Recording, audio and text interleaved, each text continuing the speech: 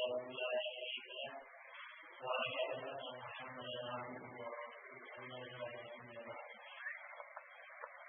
قال الله سبحانه وتعالى: يا أيها الذين آمنوا اتقوا الله حق تقاته ولا تموتن إلا وأنتم مسلمون.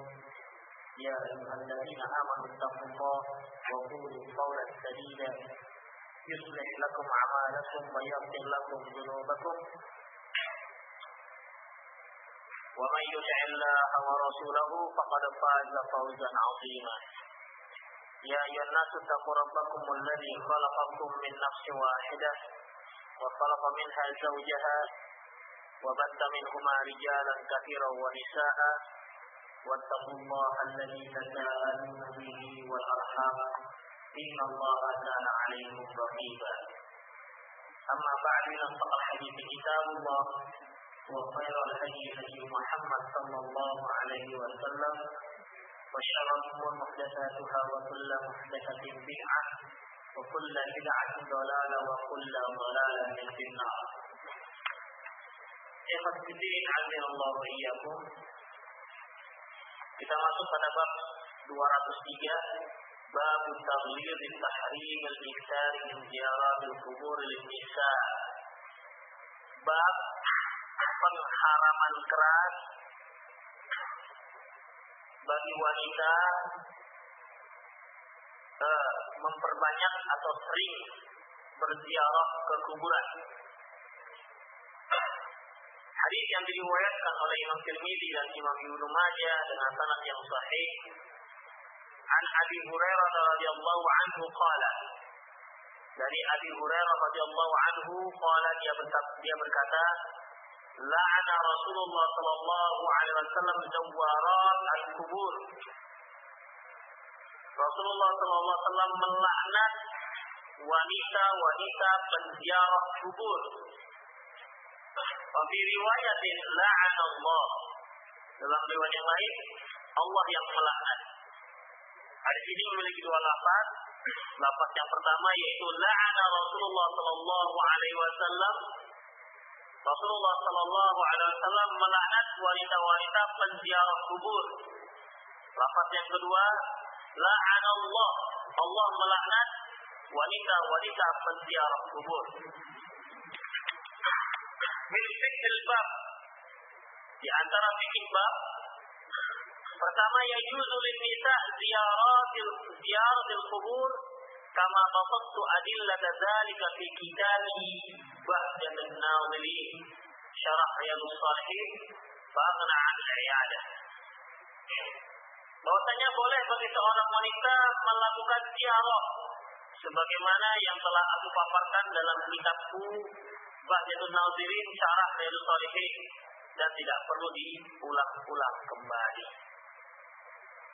Apa isi daripada penjelasan Syekh Sa'id al-Hilali rahimahullah hafizahullah? Penjelasannya adalah tentang masalah la'anallah zawwarat. La'anallah zawwarat. Allah melaknat zawwarat. Zawwar adalah kata-kata sighah mubalaghah. Sighah mubalaghah ini menunjukkan sering. Kalau kita sebutkan dalam bahasa Arab, akilun. Akilun adalah orang yang sedang makan, orang yang makan, akilun. Tapi akalun adalah orang yang suka makan. Beda ya antara orang yang makan dengan yang suka makan. Daribun, orang yang memukul. Darabun, tukang pukul. Kata-kata tukang, ya, tukang makan, tukang pukul, tukang nangis, tukang dan seterusnya, para hafidin, menunjukkan satu makna berlebihan dan sering. Ya, menunjukkan makna yang sering. Apabila kita lihat ada orang yang sering menangis, maka kita katakan tukang menangis. Kalau ada yang kita lihat setiap kali jumpa makan, setiap jumpa makan, maka kita katakan tukang makan, dikarenakan sering makan. Demikian juga dengan kata-kata zawarat. Zawarat adalah sirah mubalaghah dari kata-kata zairah. Zawarat, wanita yang sering melakukan ziarah kubur.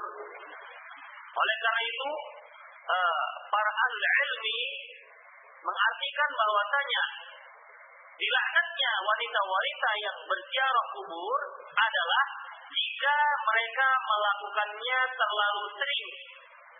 Namun apabila mereka melakukannya tidak terlalu sering, maka mereka termasuk dalam hadis Rasulullah SAW, "Kuntu nahaitukum an ziyaratil qubur, ala fazuruha, fa innahu tudzakirul akhirah." Dahulu aku pernah melarang kalian menziarahi kubur, dan sekarang ziarahilah. Dahulu aku pernah melarang kalian. Larangan ini ditujukan kepada baik kaum pria maupun kaum wanita. Ala fazuruha, dan sekarang silakan kalian ziarahi. Ini juga ditujukan kepada kaum laki-laki dan kaum perempuan. Terlebih lagi Rasulullah menyebutkan illah dan sebabnya karena berziarah kubur dapat mengingatkan kita dengan hari akhirat. Demikian para hafidin azallahu iyyakum. Dikarenakan adanya larangan la'anallahu zawarat al-kubur, Allah melaknat wanita-wanita penziarah kubur yang sering-sering berziarah kubur, berarti untuk hukum kaum wanita memiliki pengkaitan khusus. Artinya wanita boleh berziarah kubur namun tidak dilakukan sering-sering. Adapun laki-laki tetap berada dalam anjuran menziarahi kubur baik kadang-kadang maupun sering-sering, karena pengkhususan tidak dibolehnya sering-sering hanya ditujukan kepada kaum wanita. Demikian para hafidin azallahu iyyakum. Nomor 2, hamlu ba'd ahli al-'ilm min hadits 'ala an-nisa' al-mukaffirat min az-ziyarat wa taraddud 'ala al-qubur. Sebagian ahli ilmi, sebagian ahli ilmi mengartikan hadis ini bahwasanya yang larangan tersebut adalah terhadap kaum wanita yang sering-sering berziarah kubur dan sering berbolak-balik. Li'anna tufdi ila mukhalafati syariah, karena hal itu bisa menjerumuskan dia untuk melakukan hal-hal yang menyelisih syariat, wa wuqu'u fi muharramat, dan terjatuh pada hal-hal yang diharamkan. Misal niyahati wal laqamil hududi wa 'inda idin tafuz ziyarah yani al-murad ya syar'i wa huwa al-i'tibar wa tadhakkurul akhirah. Contohnya seperti merasap atau memukul-mukul pipi. Jika hal itu terjadi, berarti tujuan daripada berziarah itu sudah keluar daripada apa yang diinginkan oleh syariat, yaitu untuk dijadikan sebagai ibrah dan untuk mengingat hari akhirat. Itulah para hafidin azallahu iyyakum. Perlu diketahui di sini disebutkan sebahagian ahlul ilmi mengartikan demikian. Saya ulangi, sebahagian ahlul ilmi mengartikan bahwasanya larangan ditujukan kepada wanita yang sering. Yang tidak sering jangan terlarang, yang sering. Kata-kata sebahagian, kata-kata sebahagian berarti ada juga para ulama yang mengharamkan secara mutlak. Wanita tidak boleh sama sekali berziarah. Di antaranya adalah pendapat para ulama-ulama Saudi Arabia. Mereka mengharamkan mutlak wanita berziarah. Qurtubi berkata, al-la'nu al-madhkur fil hadits innama huwa al-mukaffirati min az-ziyarat. Berkata Qurtubi bahwasanya laknat yang tercantum dalam hadis adalah wanita yang terlalu sering berziarah. Lima taqtadi sighat min al-mubalaghah sebagaimana bentuknya adalah bentuk mubalaghah. Zawarat ولعل السبب ما يفضي إليه ذلك من تضييع حق الزوج وتبرج. Mungkin sebabnya karena kalau wanita tersebut sering-sering berziarah kubur, maka mereka bisa menyia-nyiakan hak suami.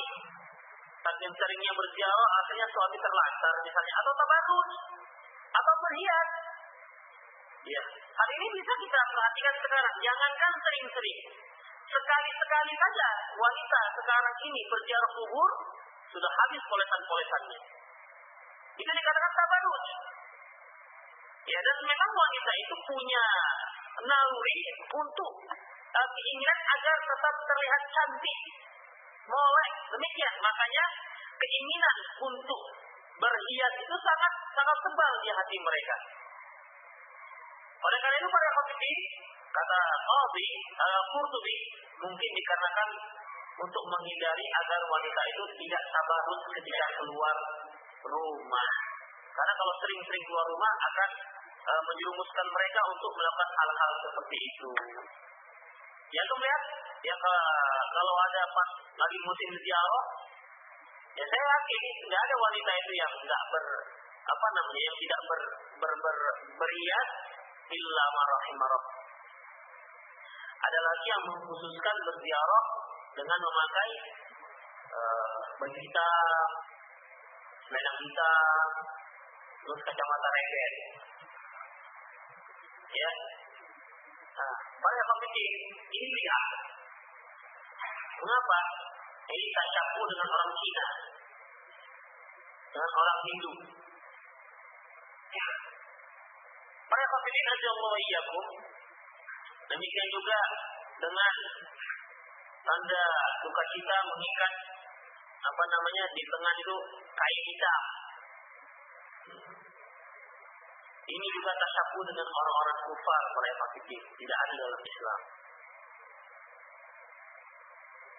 Wa ma yansha'u min as-siyahati wa nahwi dzalik. Atau bisa saja hal itu bisa menjerumuskan wanita itu merasa, ya dia teringat lagi apa yang nostalgianya dengan si mayit mungkin yang meninggal adalah suaminya atau anaknya. Ketika dia berziarah kuburan, tidak lagi menjadi ibrah, mengambil ibrah untuk mempersiapkan dirinya untuk akhirat, namun malah teringat kembali kenangan-kenangan masa lalunya. Akhirnya dia pun merasa ini yang dihindari. Ini yang dihindari. Para hadirin radhiyallahu iyyakum, mengapa hanya kaum wanita yang dilarang seperti ini? Karena memang wanita itu lebih lemah, perasaannya lebih mudah larut dengan perasaannya. Lantas, bagaimana kalau seandainya ada laki-laki yang berperasaan seperti wanita? Apakah dia juga terlarang untuk berziarah sering?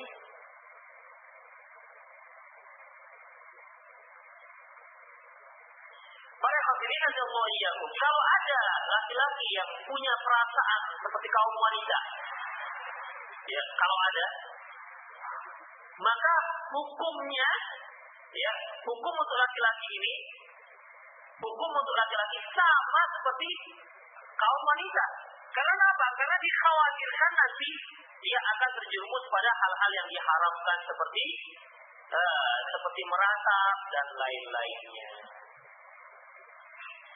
Waqad yuqalu idza amina jami'a dzalika fala mani'a min al-ibni lahunna li'anna tudzakkirul maut yahtaju ila rijal wan nisa.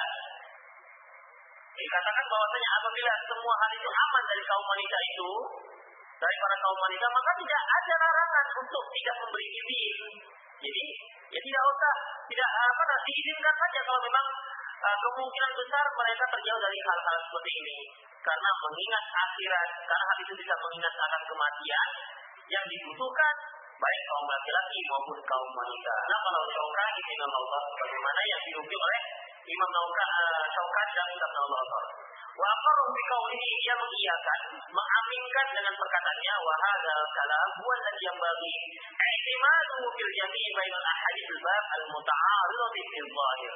Inilah ucapan yang layak untuk dipegang, yang dapat mengkompromikan antara hadis-hadis yang zahirnya bertentangan. Bab selanjutnya, Bab 204. Bab nahi 'anil qu'ud hatta tuḍa al-janazah an manakib rijal. Bab larangan duduk.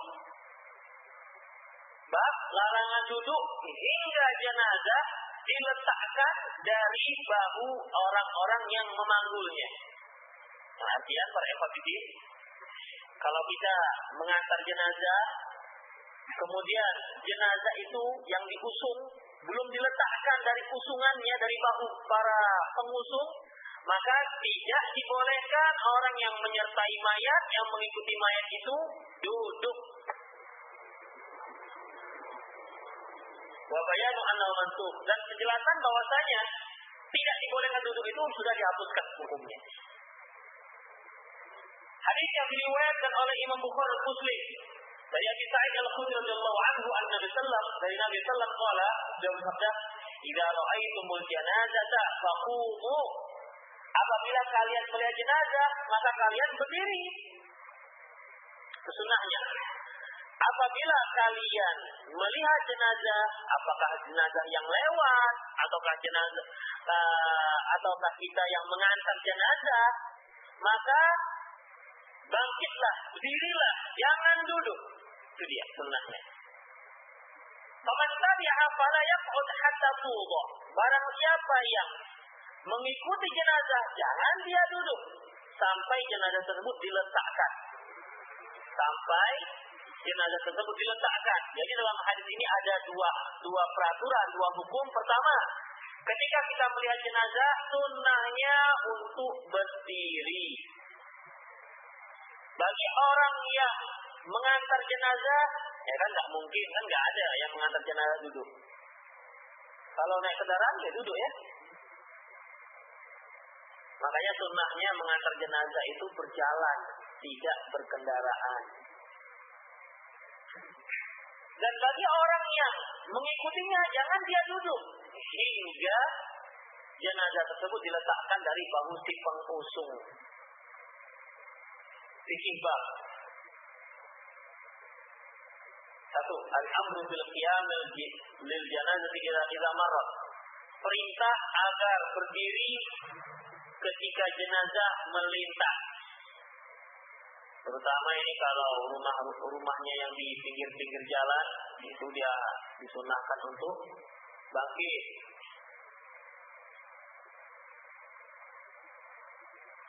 Wan nahyu liman tabi'aha al-julus hatta tuḍa al-janazah ala manakib rijal. Dan larangan bagi orang yang mengikuti jenazah, larangan duduk bagi orang yang mengikuti jenazah hingga jenazah tersebut diletakkan dari bahu orang-orang yang mengusungnya. Yang kedua, qad ikhtalafa ahlul ilmi hal huwa muhkam aw mansukh. Nah, ini dia. Hanya saja para ahli ilmi, para ulama berbeda pendapat apakah hukum tersebut sudah jadi ketetapan terakhir ataukah sudah dimansuhkan. Maksudnya, tadi kan ada perintah supaya setiap jenazah lewat, maka kita berdiri. Bagi yang mengikutinya tidak boleh duduk sampai jenazah tersebut diletakkan. Hukum ini memang sudah menjadi hukum muhkam. Muhkam itu sudah menjadi ketetapan terakhir, ataukah hukum ini sudah dihapuskan oleh hadis yang lain? Itulah yang menjadi perbedaan pendapat di kalangan para ulama.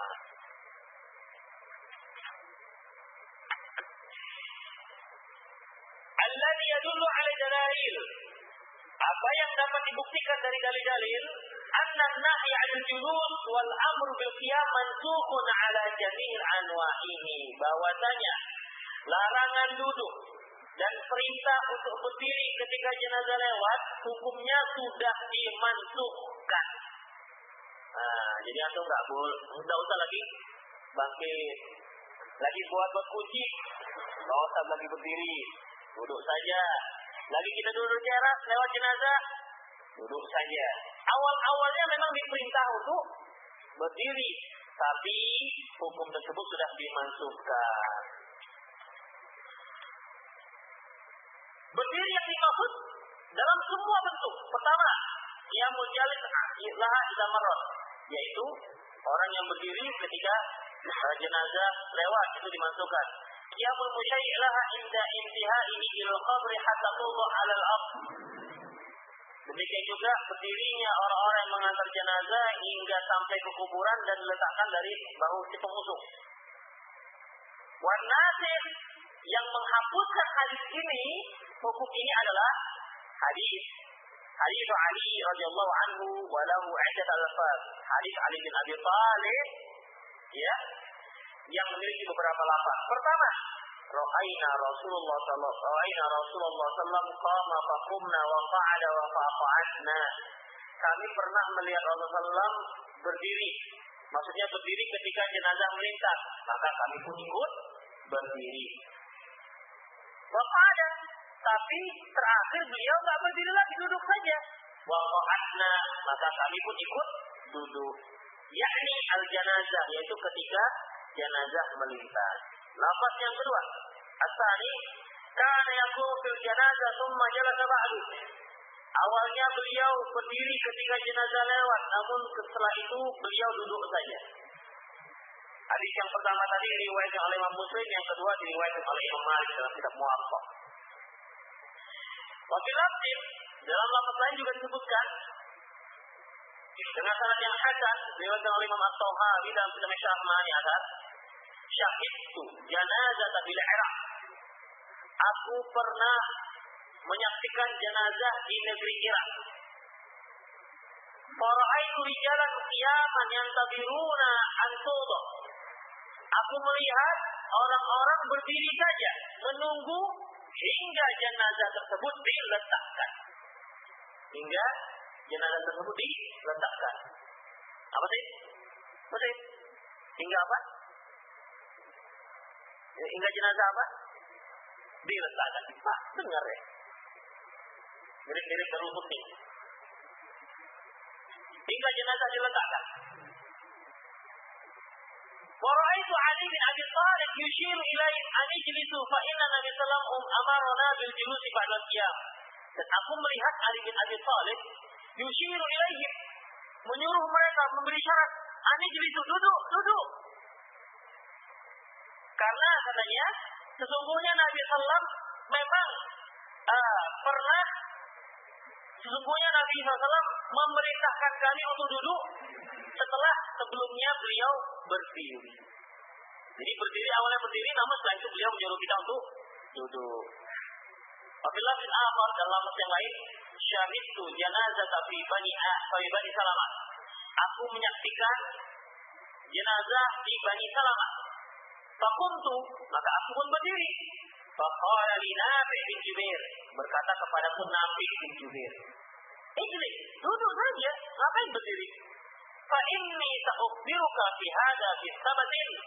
Aku akan beritahukan kepadamu sebuah hadis yang sahih. Berarti pada zaman ini sudah berlaku dalam hadis sahih dan tidak sahih. Bi sabatin, berarti ada hadis yang tidak sabat, tidak sahih. Haddatsani Mas'ud bin Hakam Az-Zurabi telah berkata kepadaku, menceritakan kepadaku Mas'ud bin Hakam Az-Zurabi annahu sami'a Ali bin Abi Thalib, bahwasanya dia pernah mendengar Ali bin Abi Thalib. Berarti Ali bin Abi Thalib sahabat, Mas'ud bin Hakam tabi'in, dan Nafi' bin Jubair adalah tabi'in saja para hafidin sudah menggunakan hadis-hadis yang sahih. Itu pada zaman tabi'in. Bagaimana dengan kita sekarang yang sudah lebih 14 abad? Tentunya lebih membutuhkan hadis-hadis yang sahih. Telah bicara kepadaku Mas'ud bin Hakam Az-Zurabi, bahwasanya dia pernah mendengar Ali bin Abi Thalib radhiyallahu anhu di rahbatil Kufah, di lapangan di kota Kufah. Wa huwa yaqul, dia pernah berkata, kana Rasulullah sallallahu alaihi wasallam amarna bil qiyam fil janazah. Nabi sallallahu alaihi wasallam pernah memerintahkan kami untuk berdiri ketika jenazah lewat, ketika mengantarkan jenazah.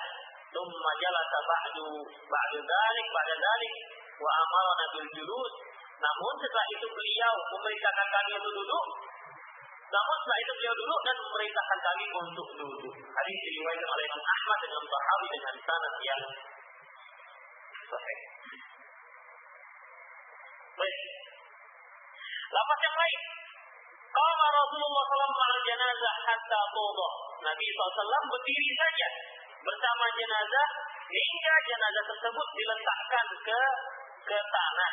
Wa qama an-nas ma'ahu, dan orang-orang pun ikut berdiri bersama beliau. Summa qa'ada ba'da dzalik. Lantas namun setelah itu beliau duduk. Fa'amarahum bil qu'ud, dan menyuruh mereka untuk duduk. Jadi para hadirin jelas sekali bahwasanya perintah untuk berdiri ketika jenazah lewat dan untuk tetap berdiri hingga jenazah diletakkan ke tanah, ini adalah perintah yang sudah dimansuhkan. Hukumnya dimansuhkan, tidak lagi disunnahkan. Dengan artian, kalau seandainya jenazah lewat, kita tidak perlu lagi berdiri.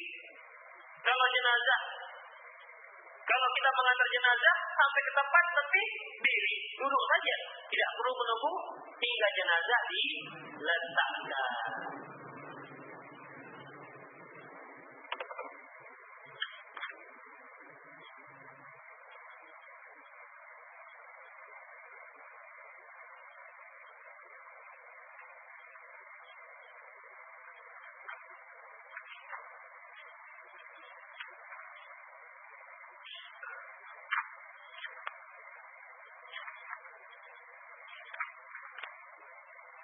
Baik.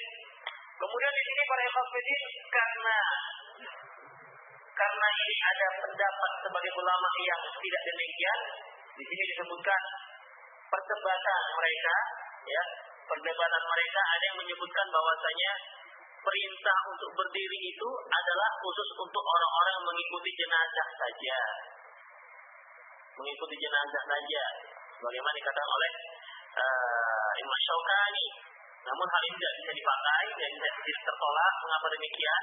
Karena mana mungkin orang yang mengikuti jenazah dia dalam keadaan duduk. Padahal sunnahnya itu berjalan, ya, berjalan. Kemudian Ibnu Hazm menyatakan bahwasanya tidak dimansuhkan, tetapi yang tadinya hukumnya wajib, karena dalilnya menyebutkan Rasulullah memerintahkan. Al-aslu fil amri at-wujub. Pada asalnya perintah itu hukumnya wajib. Ya. Oleh karena itu dikarenakan setelah itu Rasulullah malah duduk, Ibnu Hazm rahimahullah menyimpulkan bahwasanya yang tadinya wajib turun derajatnya menjadi mandub. Nah, demikian para ikhwan fillah, wa iyyakum. Dan ini juga tidak bisa diterima, mengapa? Karena kedua-duanya sama-sama perintah. Satu perintah untuk perintah untuk berdiri, dan kedua perintah untuk duduk. Dan dua-duanya adalah hadis qauli, hadis yang berkaitan dengan ucapan. Seandainya para ikhwan fillah, ketika Rasulullah memerintahkan secara qauli, ucapan beliau memerintahkan untuk tetap berdiri. Namun beliau pernah duduk. Setelah itu beliau duduk tanpa ada perintah ucapan untuk duduk. Ini bisa dijadikan berubahnya hukum dari wajib ke mandub ke sunnah. Namun dikarenakan dua-dua sama perintah dan dua-dua hadis qauli, hadis ucapan, maka tidak bisa dikatakan turun derajatnya. Jadi yang rajih bahwasanya hukumnya mansukh, dihapuskan, bukan turun derajatnya ataupun bukan hal-hal yang lainnya. Makanya perdebatan kita tinggalkan. Bab ke-205, bab jazri anidabni lailan, bab celaan terhadap pengkebumian jenazah pada malam hari. Hadis yang diriwayatkan oleh Imam Muslim dari Jabir bin Abdullah radhiyallahu anhu, anna an-nabiy sallallahu alaihi wasallam khataba yawman fadzakara rajulan min ashabihi qubida fakufina fi kafarin ghayri qa'ilin wa qubira lailan. Nabi Shallallahu Alaihi Wasallam berkhutbah. Lantas beliau menyebutkan salah seorang sahabatnya yang meninggal dan dikafankan tidak dengan sempurna, lantas dikuburkan pada malam hari. Fazajar Nabi Sallam ayyakbur rajulu bil laili hatta yusalli alaihi. Oleh sebab itu Rasulullah mencela, mengkebumikan jenazah pada malam hari, ya, agar dapat disolatkan. Illa yatarra insanu ila dzalik, kecuali jika terpaksa. Maksudnya hingga disolatkan bukan berarti jenazah ini tidak disolatkan. Perhatikan ya. Seorang laki-laki dikebumikan pada malam hari dan kain kafannya tidak sempurna. Lantas Rasulullah mencela jenazah dikebumikan pada malam hari hingga disolatkan, kecuali jika terpaksa. Kalau dari teks hadis sepertinya laki-laki yang dikebumikan pada malam hari itu tidak disolatkan, ya. Rasulullah melarang mengkebumikan jenazah pada malam hari hingga disolatkan. Berarti kalau disolatkan boleh. Jadi apa fungsinya kata-kata hingga disolatkan atau larangan mengkebumikan pada malam hari? Para hadirin radhiyallahu, ini makna hadisnya. Fikih bab tahrimud dafni bil lail, diharamkan mengkebumikan jenazah pada malam hari. Li'anna dafna bil lail madhannatu qillatul musallin 'ala al-mayyit. Karena mengkebumikan pada malam hari itu kemungkinan besar yang menyolatkan si mayit itu sangat sedikit. Jadi kata-kata hatta yusalli, hingga disolatkan, bukan berarti maksudnya itu hingga disolatkan ternyata disolatkan, enggak. Artinya, ya, Rasulullah melarang mengkebumikan mayit pada malam hari, ya, pada malam hari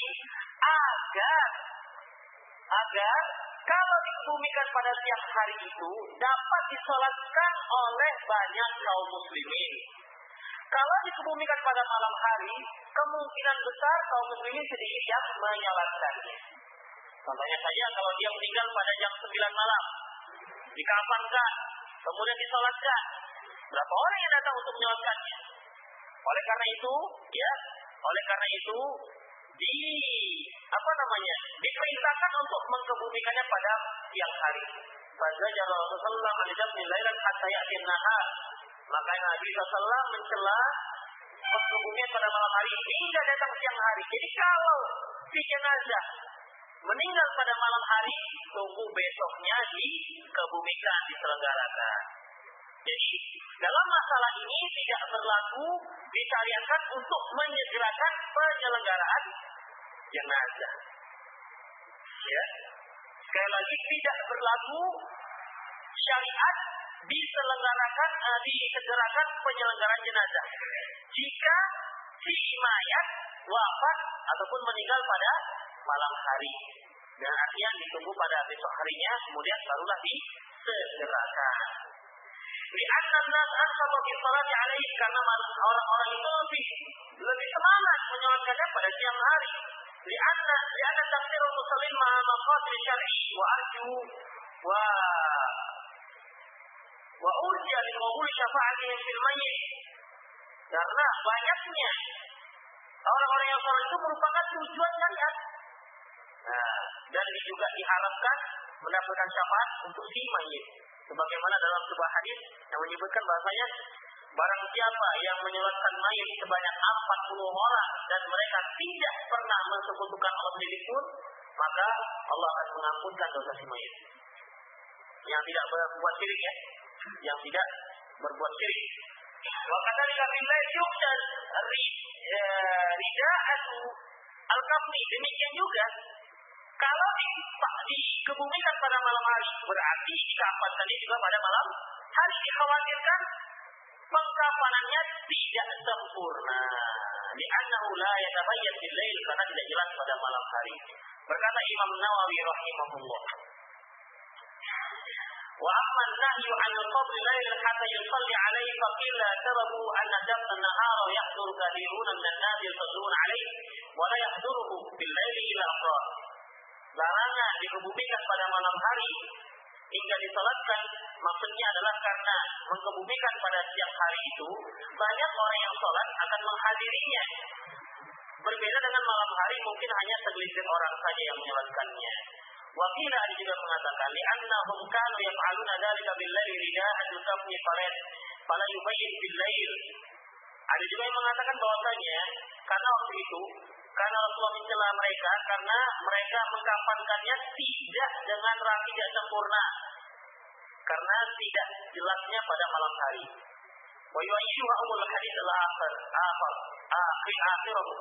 Dan pemahaman ini didukung oleh di penggerak akhir daripada hadis. Berkata qadi illatan faidatan, dua ilah ini benar. Zahir anna Nabi sallallahu bahwasanya Nabi sallallahu qasadahuma ma'an, kedua-duanya. Ingin kedua-duanya, artinya agar si mayit banyak yang menyolatkan, yang kedua agar pengkafanannya sempurna. Itu dia ilahnya. Muncul pertanyaan, kalau seandainya orang ramai yang mengebumikan, yang menyolatkan, dan mengkafankannya tidak sempurna, apalagi sekarang listrik sudah sudah masuk kampung. Kalau masalah cahaya, tidak ada masalah. Kalau pada zaman Rasulullah, iya, ada lampu sentir, obor dan seterusnya. Tapi zaman sekarang, kalau seandainya ramai juga yang hadir, dan yang mengebumikannya juga yang mengkafankannya juga dapat mengkafankan dengan sempurna, apakah dibolehkan? Yajuzu dafnu lailan idza farru lidzalik. Boleh dikebumikan pada malam hari jika terpaksa. Bisyarti salat alaihi walau ma'timal matabi linuzul al-qabr li amal dafni. Dengan syarat harus disolatkan dan menggunakan lentera ketika menurunkan jenazah ke kuburan supaya mudah untuk dikebumikan.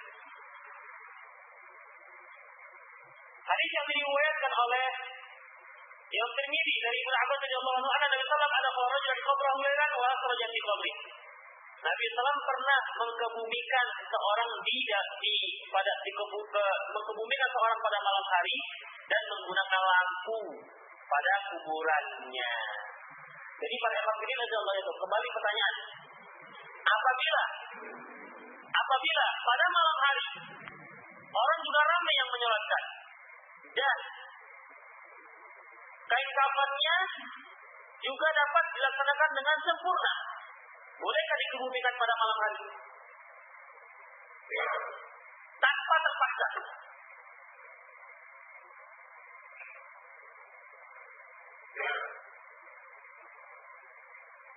Tadi sebab larangan apa pertama? Bangun, Daud. Kain kafannya tidak sempurna. Yang kedua, tidak banyak menyolatkan, kan itu larangannya. Nah sekarang pada malam hari kemungkinan banyak yang menyolatkan dan mengkafankannya dapat dikafankan yang sempurna, namanya juga ada lampu. Boleh nggak dikebumikan pada malam hari tanpa terpaksa?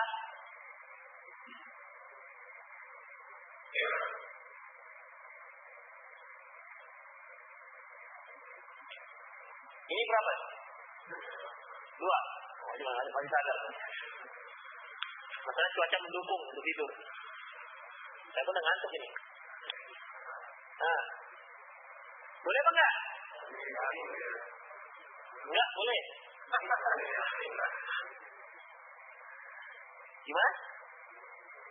Boleh. Di sini enggak? Boleh. Ikut-ikutan. Enggak boleh.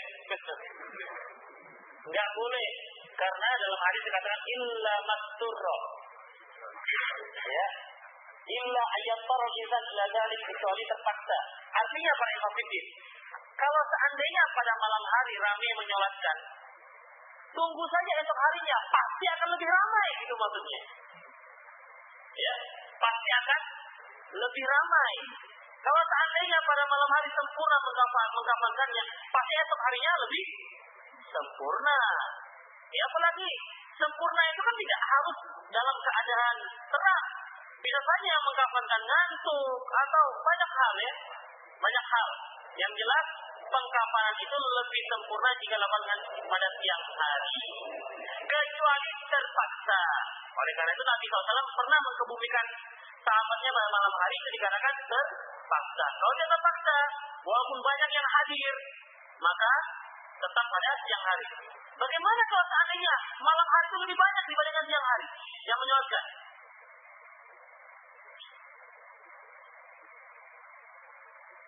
Gimana?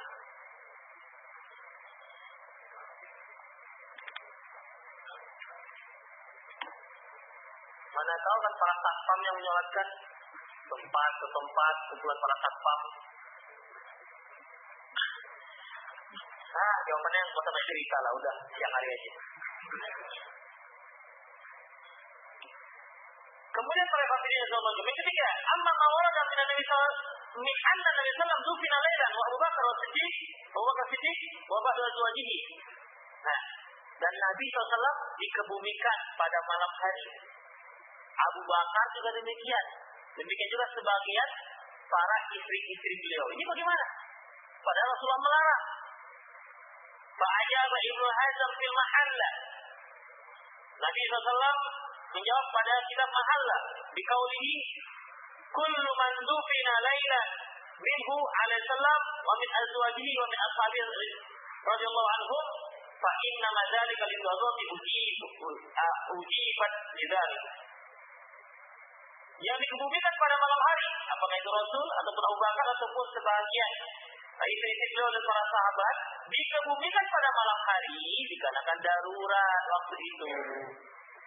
Min khafi jihad, dikarenakan khawatirnya desak-desakan. Ya, khawatirnya desak-desakan. Au khafir liharri ala man hadar, atau dikhawatirkan panas yang menyengat orang-orang yang hadir. Wa harrul Madinah syadid, dan panasnya kota Madinah itu sangat hebat. Makanya Madinah itu terkenal dengan demamnya. Madinah terkenal dengan demam panasnya. Dan sebuah hadis dikatakan bahwa demam panasnya Madinah itu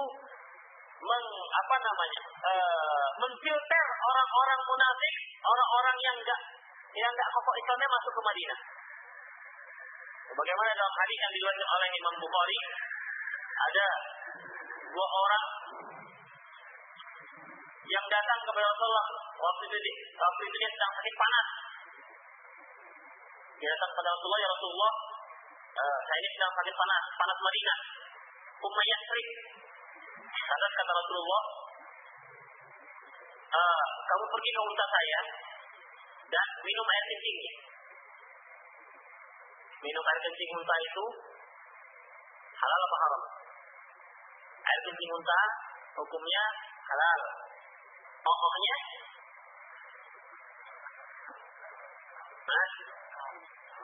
haram. Kalau tai kambing boleh nggak dimakan?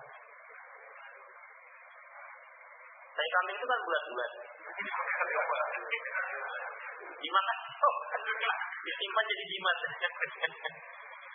Nah, boleh nggak makan tai kambing? Tai kambing itu najis apa tidak? Itu dulu lah. Tidak. Jadi kalau antum pandai mengolah tai kambing menjadi majus, memang berkhasiat, obat kuat, itu boleh. Demikian. Demikian juga air kencing unta. Unta itu boleh dimakan, halal dimakan. Sesuatu yang keluar dari yang halal dimakan itu tidak najis, walaupun bentuknya kotoran. Bentuknya kotoran, tidak najis. Ya, demikian para hadirin. Namun dia tetap saja ada hukum yang lain, yaitu menjijikkan. Menjijikkan ini berkaitan dengan orangnya. Ada yang nggak jijik? Selera dia nengok tai kambing itu misalnya.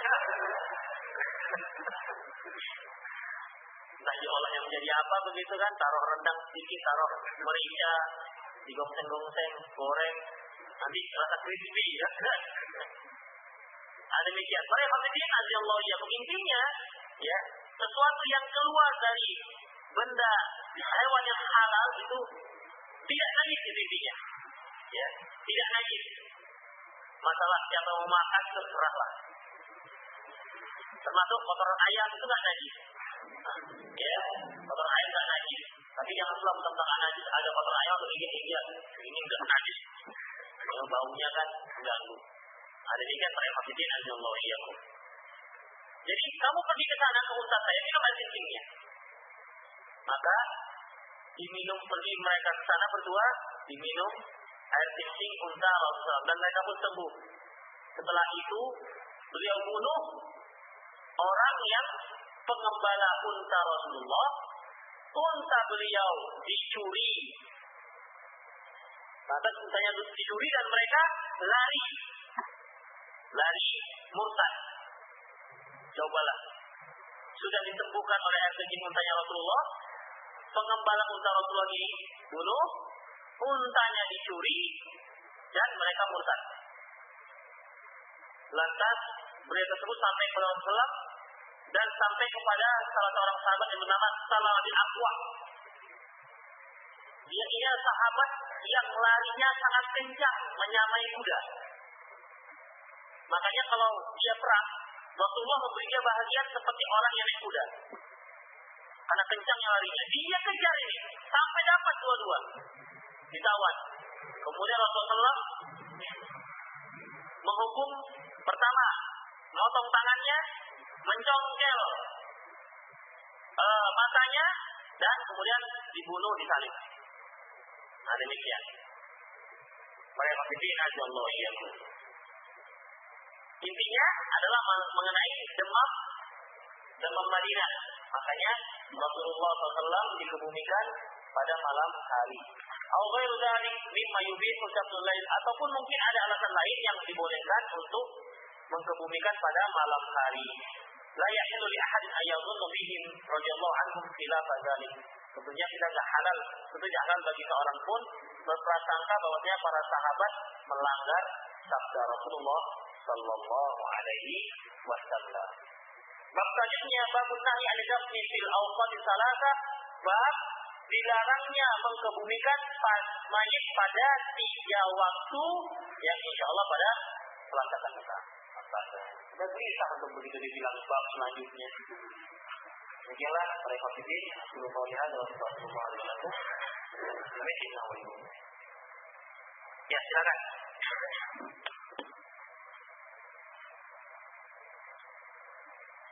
Bawahnya mengaku ya. Ya. Mungkin kalau saya yang duduk mungkin kalau saya yang duduk di situ ngantuk juga. Makanya saya malu dengan Agus.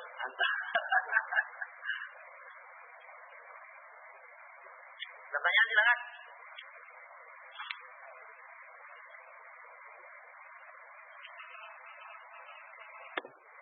Nah ini gempanya mau pulang nih.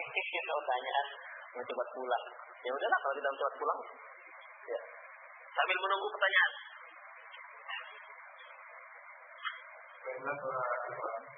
Ini ada satu pengumuman bahwa tanggal 4 dan 5 kita akan melaksanakan Sapi Akbar atau Daurah di Masjid Al-Jihad tanggal 4-nya yang berjudul temanya Jihad menurut pandangan Al-Quran dan Sunnah yang diisi oleh Ustaz Abu Penagan dari Himalaya, Jawa Barat. Dan tanggal 5-nya di Masjid Mukhisi dengan judul Kemaksiatan dan Amal Soleh.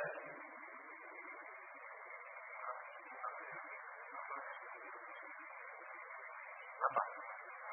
Mana masalah ini? Tidak apa ya? Apa saya tidak apa? Bilang apa Quran aja. Pengaruh maksiat dan amal soleh dalam kehidupan seorang muslim.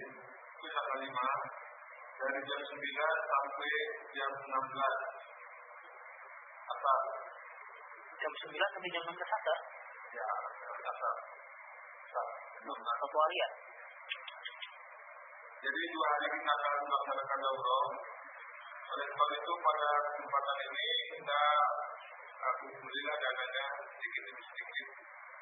Karena 2 hari ini butuh dana yang besar. Jadi kita kumpulkan pada malam hari ini sebagai khotimahnya. Hari apa ini? Hari Sabtu dan Ahad. Sabtu dan Ahad. Demikianlah para ikhwan, pengumuman ini diharapkan semuanya partisipasinya. Apapun yang kita rencanakan ini kalau tidak ada dana tidak jalan. Jadi kita mudah-mudahan kita tolong, kita dukung